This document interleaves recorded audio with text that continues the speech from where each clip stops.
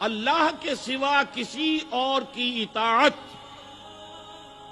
جس سے اللہ کی معصیت لازم آتی ہو، شرک۔ لا طاعت لمخلوق فی معصیت الخالق، مخلوق میں سے کسی کی اطاعت نہیں ہوگی کہ اس معاملے میں جس میں خالق کی معصیت لازم آ رہی۔ ہاں، خالق کے احکام کے اندر والدین کا حکم بھی مانو، اطاعت کرو، اساتذہ کا حکم مانو، کسی اور کو اپنا لیڈر مانا ہے اس کا حکم مانو، لیکن ناٹ بیونڈ، وہ جو سرکل ہے کتاب و سنت کا، اس سے باہر نہیں۔ لا طاعت لمخلوق فی معصیت الخالق، یہ آپ الجبرے کے فارمولے کے طور پر اپنے سامنے رکھیے، اب اسے اپلائی کیجئے۔ جیسے فارمولوں کے ذریعے سے پھر بڑے بڑے وہ سم جو ہے وہ حل کیے جاتے تھے سوالات۔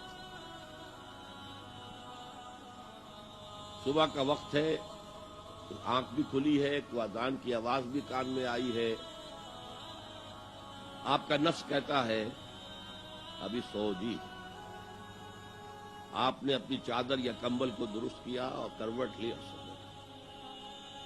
یہ کیا ہے؟ آپ نے کس کا حکم پیچھے پھینکا اور کس کا حکم مانا؟ اللہ کے حکم کو پیچھے پھینک دیا، نفس کے حکم کو آگے رکھا۔ یہ شرک، اس شرک کو جاننے والے بہت کم ہیں۔ مولانا روم نے خوب کہا تھا، نفس ماں ہم کم ترس فرعون نیست لیکن اورعون ایراعون نیست۔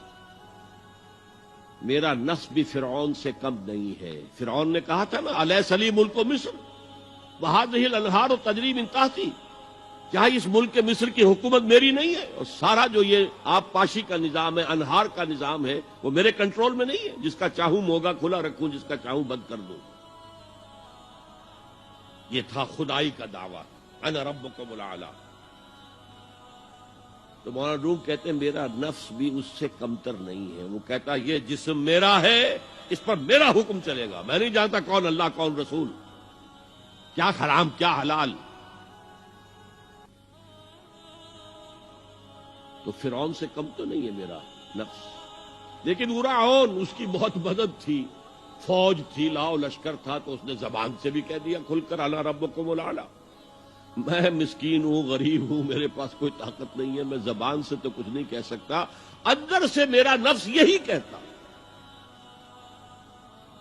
یہ نفس کی حکومت قرآن کہتا ہے، میں حیران ہوتا ہوں، دو جگہ یہ مضمون آیا ہے، ارأیت من اتخذ الہہ ہواہ افانت تکون علیہ وکیلا۔ اے نبی تم نے دیکھا اس شخص کو، اس کے حال پر غور کیا جس نے اپنی خواہش نفس کو اپنا الہ بنا لیا ہے۔ اللہ اکبر، الہ، لا الہ الا اللہ، کلمہ توحید کا مرکزی لفظ یہاں آ رہا ہے، من اتخذ الہہ ہواہ، جس نے اپنی خواہش نفس کو اپنا معبود بنا لیا، الہ بنا لیا۔ افانت تکون علیہ وکیلا، کیا آپ ایسے شخص کی کوئی ذمہ داری لے سکتے ہیں؟ سود حرام ہوا کرے جی، حرام ورام، ہمارا دھندا جو ہے وہ آگے بڑھ نہیں سکتا، تو اللہ کے حکم کو پیچھے ڈالا، نفس کے تقاضے کو آگے رکھا۔ کون معبود ہے آپ کا؟ نام عبداللہ رکھیے، نام عبد الرحمن رکھیے، ہے عبد النفس، نفس کے بندے، نفس کے غلام۔ یہ میں نے یوں سمجھیے کہ جیسے میں نے ہجرت اور جہاد کی ڈیفینیشنز کی تھی۔ ہجرت کا بیس کیا ہے؟ پوچھا گیا ای الہجرت افضل یا رسول اللہ، اے اللہ کے رسول بتائیے سب سے اعلیٰ ہجرت کون سی ہے، افضل؟ فرمایا ان تہجر ما کرہ ربک، ہر اس چیز کو چھوڑ دو جو تمہارے رب کو پسند نہیں۔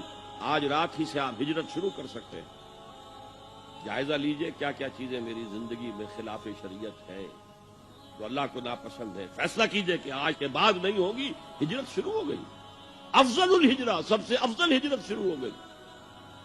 لیکن ٹاپ پر لے جائیے تو یہ ہجرت جب اللہ کے دین کو قائم کرنے کی جدوجہد اس مرحلے پر آ جائے کہ اب باطل کے ساتھ ٹکراؤ ہے اور اب چاہیے کہ ساری قوت ایک مرکز پر جمع ہو جائے، ہجرت فرض کر دی گئی، وہ ہجرت گھر بار چھوڑ کر، اہل و عیال کو چھوڑ کر، اور مکے کے بھیڑیوں کے رحم و کرم پر چھوڑ کر اپنے گھر والوں کو جو لوگ ہجرت کر کے آئے، حکم تھا۔